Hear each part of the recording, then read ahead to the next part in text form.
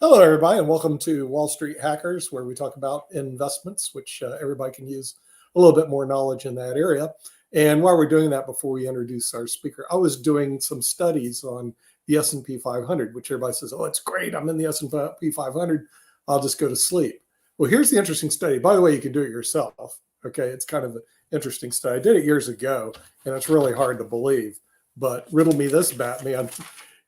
Timing, I guess, is everything. If you started and you invested $100,000 in the S&P 500 in the year 2000, you put $100,000 in. Then you decide to retire in year 2009. So you have a 10-year history with the S&P 500. Your $100,000 is worth $75,000. You lost $25,000 over 10 years. It's absolutely horrible. But like I encourage our audience, go ahead and do your own study. Look at it. Investing in the year 2000, retiring in the year 2009 or 2010. You did in the S&P 500. You put it all there and lost money. Well, with that, we're going to bring in the hacker himself. He's a graduate of UCLA, where he received his degree in economics. He also has a law degree from the University of Miami, and he also has a master's in business administration from NYU. Spending 17 years on Wall Street, working with the Tower of Power of the money people to be, is the hacker himself, none other than Peter Bennett. Peter, hey, welcome to your show. Thanks. Welcome, audience. Welcome, Nick. So you can catch Wall Street Hackers most Thursdays or Saturdays, depending on your distribution channel. Once in a while, we take time off. So the markets. Usually I do the quotes of the week after the markets, but this week, the quotes of the week so much exemplify what is going on in the markets. And I think by themselves, they're convincing. They're pretty reliable sources. So I'm going to tie the quotes of the week in with the markets. So we're going to start with a quote from Jamie Dimon. I've known the name Jamie Dimon since I worked for Wall Street. Even at the beginning of my career, I heard he was a really sharp person. Somebody who knew him or worked with him a little bit, an old boss of mine, was very complimentary of him. And so he's a sharp guy. So here's what Jamie Dimon, who is the CEO of JP Morgan Chase, said. He said, quote, I ask people in business, are you prepared for something like 7%? The worst case is 7% with stagflation. He's talking about interest rates. 7% with stagflation. We urge our clients to be prepared for that kind of stress. He also said that he is cautioning a 2% rate hike would be, quote, more painful than the last two. This will be the tide going out. So what he's referring to is the famous Warren Buffett quote about, when the tide goes out, something like, you find out who's doesn't have a good ship or something. Sorry, I can't remember the quote, but basically you notice who's weak when the tide goes out and the economy's getting weaker. So that's Jamie Dimon saying it. And I don't know if it's going to be 2%, but we will be discussing that in our panel discussion in terms of where we think rates are going. And that's a very important topic. You think, well, that's kind of not so important, or to some people might look at that, might be boring, our rate's going to 6, 7, 5, whatever. But the thing is, if you knew where rates were going, you could predict what the market's going to do. And also, if you knew when rates were going to do it, or, with a sequence, you could predict how to invest in the market. So it's critically important for the investor to at least take an educated guess at what rates are going to do and to prepare for different scenarios.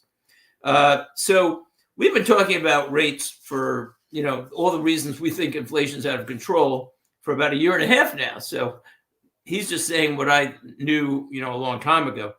And he's only talking about really one or arguably two factors in this. I don't know if he talked about others because I never read the whole transcript of what he was saying. But the point is that he's talking about Fed rates maybe going up. He's talking about, Fed rates maybe not being too high and inflation rates. But let's look at the other factors that we've been talking about also for a year and a half. Number 3 factor is unemployment is still near a 50-year low. And the last time it was so low was when we had the 70s, and that was a huge period of inflation. So here's a quote from Barron's Daily, just on 9/22. The surprise decline in weekly jobless claims to 201,000, the lowest since January, that's not a good sign, suggests the labor market is still hot. After the Fed's economic projections Wednesday showed interest rates staying higher for longer, the labor data further solidified that concept for investors. So yes, that's one of the 3 problems, the labor market, and it's out of control in terms of there's people who, if there's that much demand, people will demand more, and they're going to also demand more as the Fed's creating the cycle of, well, if inflation is at 5% or whatever, then I need a raise of that plus more. And then we get to what I always call the bull in the china shop, and that's oil. And that could be driving the whole thing, or a lot of it by itself. And that was the major problem in the 70s. But here's what Doug Lawler, who is the CEO of Continental Resources, said. Continental Resources is one of the big producers in the United States. And he said, without new exploration, quote, you're going to see $120 to $150 oil. You're going to see more pressure on price. That's going to send a shock through the system. Yeah, that alone is going to be a shock. And you add to that, he's predicting that unless government adopts new policies, we're going to be discussing that in a minute, but if they don't adopt new policies to encourage more exploration, he thinks it's going to climb as high as $150 a barrel, maybe even higher. We'll talk about that too.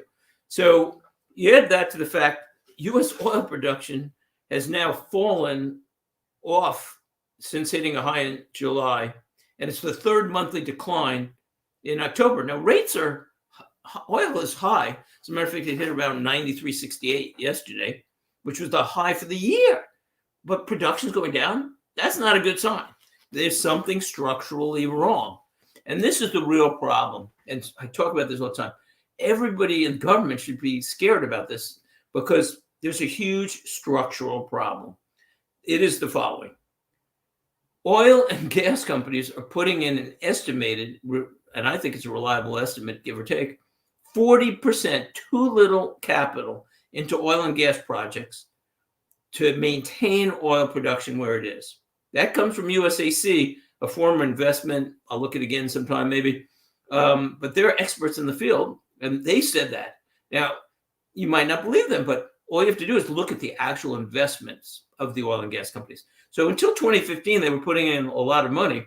As prices came down in 2015 and there were changes in the industry, and now they're putting in less than half what they used to do every year in terms of new investment in oil and gas projects.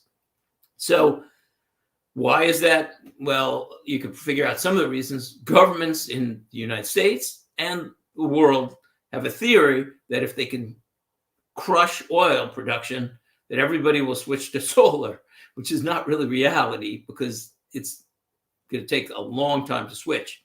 And by the way, they're hurting environmental causes a lot because their coal use in the world is the highest ever because people can't get natural gas and oil because they're fighting everything. But the second thing is oil and gas companies are now spending 10%, which is a huge amount of their budgets on ESG projects like carbon sequestration. That 10% is not going to oil and gas actual production. And the third thing is, if they think they could even be in a terminal business in 20 years, which I don't think they will be at all, then they're going to be cautious with their capital. They'll maybe raise dividends, maybe not invest as much. You know, if you were going out of business, you don't want to invest until the very last day. So with all these factors, oil and gas production is likely to fall way short in the future. And here's the key. And that gets back kind of, if I can explain it, back to the CEO of Continental Resources, which said, well, government needs to adopt new policies soon. But here's the problem. These projects are 5 to 7 year projects. So when you start it up, you have to, find the oil. You have to start, it's a complicated process. I'm not going to go into it, but it takes 5 to 7 years. Even once they start drilling, it takes years to get the project up all the way to full production. So let's say all of a sudden somebody in government or somebody in the world figures out, and I'm sure somebody's figured out, but in general, the people figure out, wait, we're really short on oil and we need this oil and prices are going too high.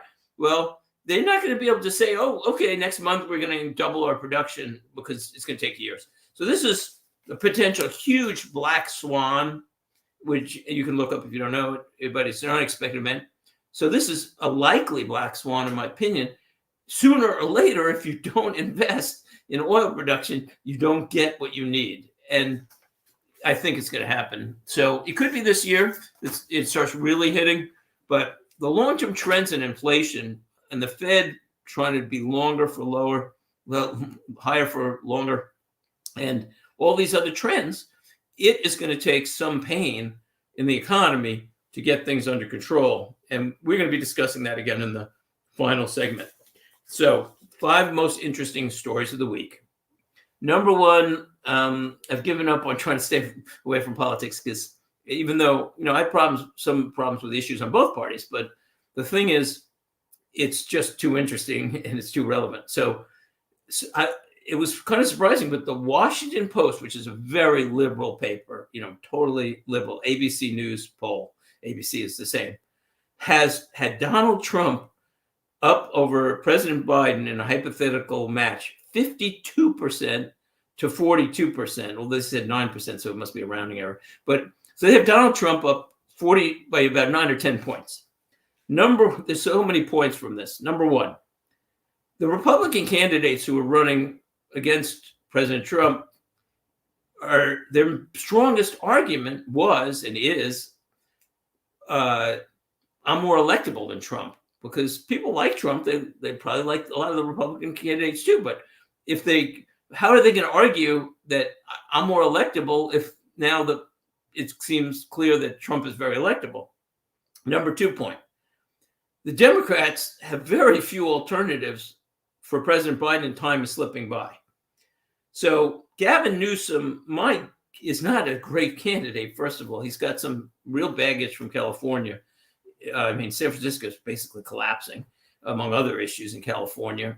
But also, I don't think he's going to want to run, even if he could, because I heard an analysis that said he'd probably wait till 2028.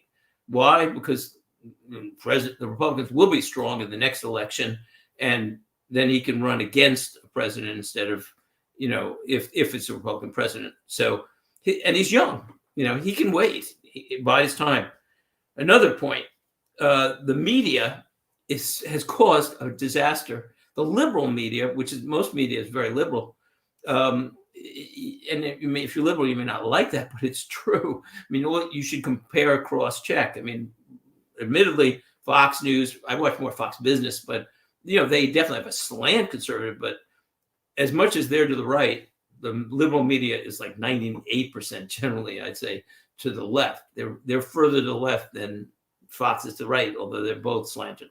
So the thing is, the liberal media has really hurt the Democratic Party by covering up stories about issues with Biden, as an example, of the fact that, to me, it's 100% that he has 20 shell companies. His family's taken $20-50 million that there was influence peddling. He denied that he even knew about Hunter's actions when there's tons of evidence coming now, phone calls, and he used 5,000 emails using pseudonyms. It's a little suspicious, right? So if the media had exposed this earlier, or some of the other issues like open borders more, then those people who are watching only liberal media would know more, and maybe they'd have a better candidate, bottom line. So they really hurt the Democratic Party. It's not right that they do this. And I think they do it for ratings, give the people what they want, maybe whatever.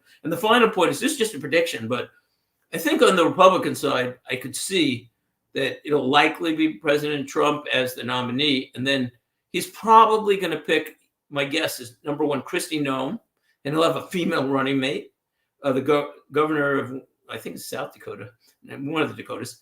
I'm pretty sure South. And then the other thing is, if not, maybe Tim Scott, who's a minority. And either one will be even more formidable because they are really eloquent speakers, and they'll be able to speak to segments that maybe Trump couldn't reach. So it's going to be trouble in the next election. Number two, interesting story. So Target Corporation is closing 9 stores. What a coincidence. New York City, Seattle, two locations, 3 in San Francisco and 3 in Portland. Basically, like 4 out of 5 most liberal cities in America. You can throw Chicago in there too, all run by Democrats. And the reason they're closing all these stores is because of violence at the locations, theft, and organized retail crime. Why is that they have these problems? Well, it's so strange, but it gets back to liberal media again. If the liberal media would cover this more, these pro-crime is what I call it. They're certainly very liberal towards crime. Policies wouldn't be in these cities. But these cities, especially San Francisco, is practically going to collapse. I mean, but all of them, they're losing businesses, they're losing residents, they're losing people who can move out in different, to different extents. San Francisco is a just total disaster. But all these problems have big problems, and it's of their own making, and it's the media partly that is feeding it. Number 3, sort of related. So New York Governor Hochul says she now supports nixing New York City's right to shelter law. So basically, for years, New York was a sanctuary city and state, and Mayor Adams himself has been pushing to suspend that law. Why? Because they have 125,000 illegal immigrants. They're having huge budget problems. They may have to cut their budget by 5%. They will have to cut it by 5%. And Mayor Adams says he expects 15% budget cuts for the New York City budget. That's huge because they can't support it. And so all of a sudden they're changing attitudes. And it's really frustrating in a way that, and I don't know how they could do this, but for years, Texas and the border states have been living with this. Some of these border states have towns of 60,000 where they have more than 60,000 illegal immigrants in there. But now, all of a sudden, now it's like a problem because it's affecting them. So it's just frustrating that the people, you know, the whole border situation. Number 4 most interesting stories. A doctor working for the U.S. government visited the Wuhan lab in October 2017, about 2 years, they say exactly 2 years before the COVID-19 pandemic. He sent a report to the U.S. State Department, which said that they noted the lab has a serious shortage of appropriately trained technicians, and investigators need to safely operate this high containment laboratory where they were doing risky research on bat coronavirus. So 2 problems are pointed out here.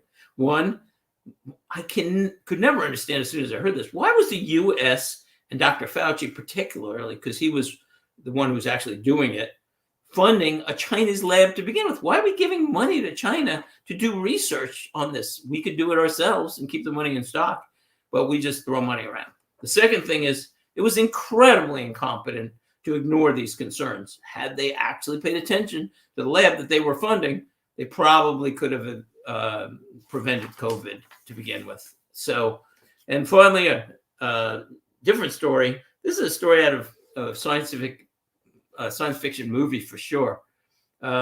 It's pretty interesting. NASA landed a spacecraft on an asteroid that has a potential to hit the Earth, but it's unlikely, in about 200 years. The asteroid only has a 1 in 2,700 chance of hitting the Earth in 2182. So it's unlikely, but it could, you know, it's a real long shot, but it could. So this is really important. And what they did is they gathered samples from that. So it's just amazing how science advances in so many ways, in so many positive ways, and so quickly these days. So we'll take a quick break, and then we'll talk about the dividend pick of the week and our panel discussion. So we'll be back very quickly. See you soon.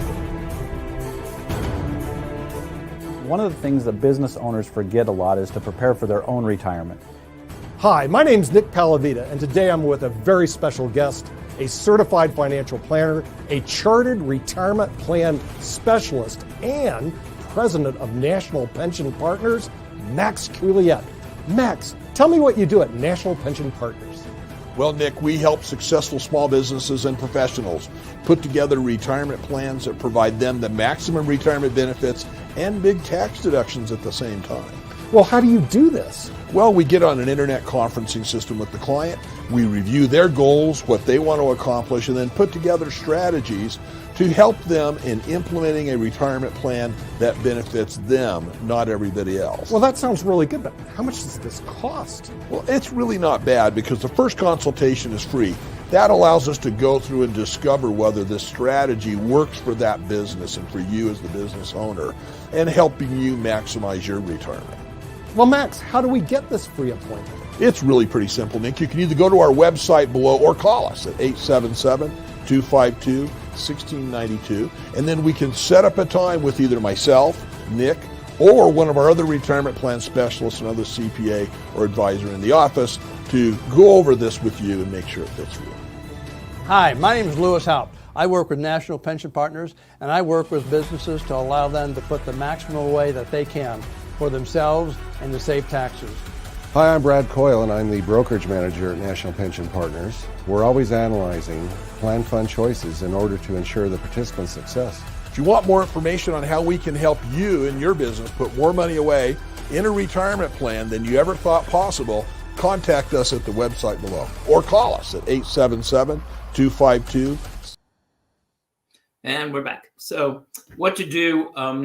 One, it's the same thing we've been saying for a year and a half. You have to be very defensive. There will be a time to come out of and maybe more aggressive, but I don't think this is it. Nobody can say for sure, but I don't think so. Number two, I believe you have to own energy, especially pipelines. And this week is one of the few non-U.S. energy pipeline picks that I'm going to discuss. And three, whatever allocation you have, you should always be in dividend stocks. I usually hold up the chart, but we've seen it so many times. Basically, the chart shows over 50 years. If you put money in the S&P 500, you had a very nice return. $100 from 1972 turned into $4,000, which is huge. But if you put it into dividend stocks, then you made over $8,000. And if you put it into dividend growers and initiators, you made over $12,000. So whatever stock allocation you have, and that depends on your financial situation, you should own some dividend stocks and not just stocks that are floating around with the market and don't generate income. So in income pick of the week, our disclaimers, there's no guarantees. It's just our opinion. Nobody can guarantee anything in the market. Even a CD is subject to inflation risk. And then it's for entertainment only. Consult your financial advisor. So this week, we're going to go over Kimball Royalty Partners Limited Partnership. And I've done that before. Kimball is, I was at 2% allocation, but I just raised it to 2.5%. And I'm going to explain why. They're an oil and gas partnership, but they're very different than the pipelines because they actually pay a dividend, a regular dividend, which I assume is subject to regular dividend qualified income, but I haven't actually checked that. But what happens is with them, if you have it outside an IRA, the last distribution I looked at was 3/4 return of capital and tax favored anyway. So you're not paying tax on if it continues anywhere near there. And also it's good in an IRA potentially because you don't have a UBTI issue. And that you can look at. But if you have too much limited partnerships generally in there, if they're master limited partnership, it can be a problem. So what do I like about Kimball Royalty Partners? Number one, they own huge tracts of land in the United States. I think it's about 16 million. It is 16 million acres of land, which, if you look at a map of the United States, you probably can see it. And also They have 125,000 wells right now. They've been very smart over the years in producing, and in the last period of time, they made a very smart acquisition. They often grow by making acquisitions, which gives me a footnote. They just did, and you'll have to look this up, a shelf registration where they could issue more shares. And I thought it would drive the stock down today, but actually it's up, but that could be manipulation too. But the thing is, that means that they could issue a lot of shares, so it might drive the price short-term down. But then they take the money and they reinvest it in some oil company, oil land. And the last time they did this, it did drive the stock down $1, but then it's back up again, and they made a great deal. So who knows? But in terms of when they'll actually do the offering, but now they could offer a very large offering. So if you see a little volatility, that's it. But you never know when to get in. But I like it for a 2.5% allocation. So what do I like about it, especially besides the fact that it's oil and gas, which I believe, and it's on land, it's mostly not in the ocean. So that's the best oil to get. It has an 11% yield. Some analysts are predicting it might go to 13% next year. The price to cash flow is either 9.5% or 7.5%, because I looked at TD Ameritrade and E-Trade, and they have different ratios there. But either way, they're covering their dividend. And this is the key point. Oh, and their sales growth rate, according to E-Trade, was 38%. So it's obviously a good time to be in oil and gas for last year. But this is an important point. You need some hedge in your portfolio if you have stocks. And it maybe even you could argue against bonds or anything, because let's say oil and gas goes to the roof, inflation goes to the roof. Well, that's where you're going to make the money, but it's going to hurt everything. Even the defensive stocks I have suggested could go down a bit. Some have gone up even in this environment, but some have gone down a little. I haven't done any big hits, but I've also got almost most of my stocks in energy. So, but little allocations to another non-energy stock, you can't get that hurt anyway. It goes down to 10th on a 0.25% allocation or 0.5% allocation. But it's a very good hedge for the future. And there's a decent chance that if you're getting 11% a year, whatever, 9-10 years, you've gotten pretty much all your money back or close, depending on taxes. And then you just ride it out, because oil is probably going to be around for the next 20 or 30 years, I would guess, unless there's a huge scientific breakthrough. So, panel discussion of the week. Again, this is very important in terms of how to time the market, when to time the market, and what's going to happen to the market. So, how high will rates go, and how high could they go? And quick background, we have the Jamie Dimon quote. He was talking about 7% rates. The Fed rates now are about 5.5%. They said they may raise it 0.25 point or maybe potentially more. The market, by the way, has the market rates going down by next year, but they were wrong all along, and they were wrong about the fall. It's not going down this fall. It's going up or staying flat. I have a personal theory that there's no, if there's no economic pain, there's no gain, because people have to change their behavior. In other words, if you are buying the same things and consuming the same products, you never adjust at all. You're traveling, you're driving, whatever it is.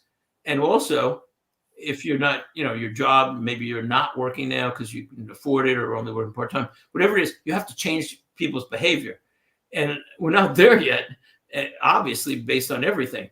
So on the other side, the Fed believes that even if they just keep this now rate, they could be right too.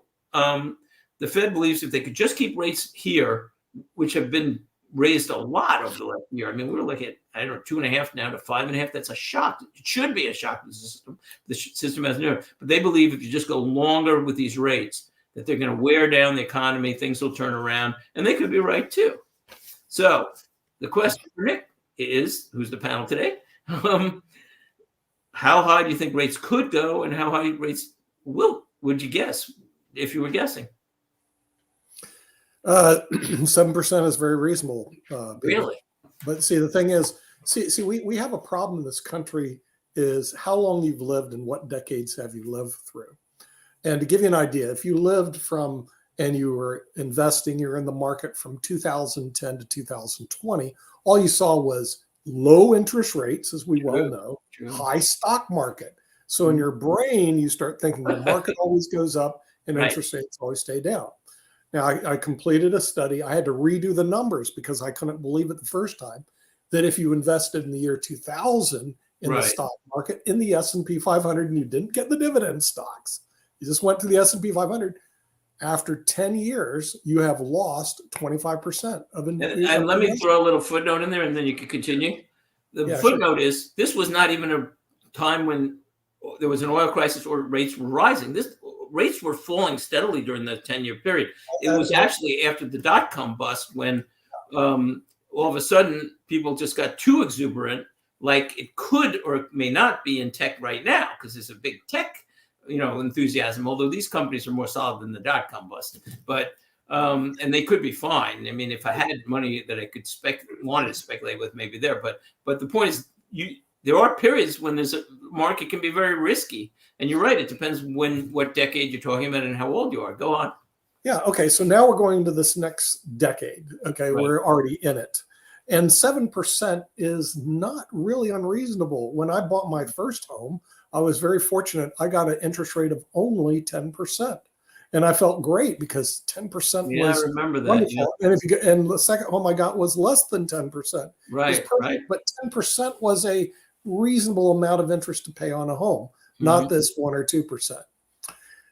Well, you know what? It could be 7% for a long, long time, Peter. And the thing is, the real estate market is being hammered right now because of that, because all the income buyers that are out there are dead. They just realize their income will not support, because right now we have high valuations and high interest rates on your money, and they can't match. The sellers can't move either, so it's kind of locked at a high valuation because nobody wants to get a new mortgage either.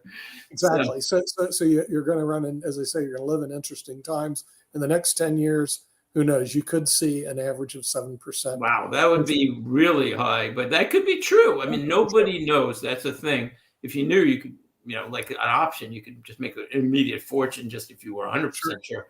But so a few conclusions. One, the rates do need to be high enough that they cause changes in behavior. And there hasn't been really radical changes in behavior. Housing prices are down maybe 3% over the last year. People are still easily, there's tons of jobs out there. People are driving. If there's no change, it's like sort of like the law of inertia. If something's heading in a certain direction, then if no force impacts on it, then it continues in that direction.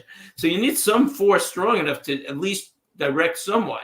And it could be longer, high rates at 5.5. But my guess is that that people will adjust to the 5.5. And there's so many ways that the economy can adjust. And we'd probably do a show on that. I mean, things like if you're getting a COLA increase on your Social Security, then if rates go up, inflation was 8, but you get an 8% increase, you don't really need to change your behavior. That's just an example. So my guess is, I think we're going to hit at least 6, because when we hit 6, and let me take one footnote. There's another important point, which is there's always been a debate. Does the economy lead the stock market or the stock market lead the economy? And nobody knows the answer to that because you can't prove it, but it's probably a bit of both. So unless the stock market goes down, the economy, people aren't going to change their behavior because I have lots of money in the stock market. A lot of people, I'm making money, whatever. It's just another reason. But if the stock market goes down, that would be another reason. So my guess is there has to be a rate that the stock market is going to go, holy cow. And then that and plus people start changing their behavior, and unemployment unfortunately will go up.